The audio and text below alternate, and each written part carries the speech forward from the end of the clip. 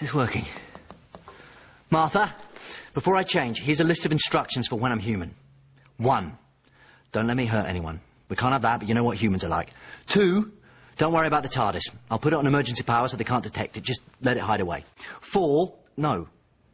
Wait a minute. 3, no getting involved in big historical events. 4, you. Don't let me abandon you. And 5, very important, 5, don't let me eat pears. I hate pears. John Smith is a character I made up, but I won't know that. I'll think I am him, and he might do something stupid like eat a pear. In 3 months, I don't want to wake up from being human and taste that. I'm sitting in the TARDIS now, and I'm going to wind up soon, but not before I make a few strange noises with my mouth that will go somewhere along the lines of bingle-bongle, dingle-dangle, yickety-doo, yickety-da, ping-pong, lippy-tappy-too-ta.